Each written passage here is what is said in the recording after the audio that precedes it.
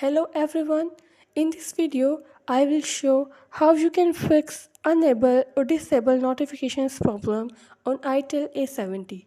Before starting video, please subscribe this channel. Let's start our video without wasting any time.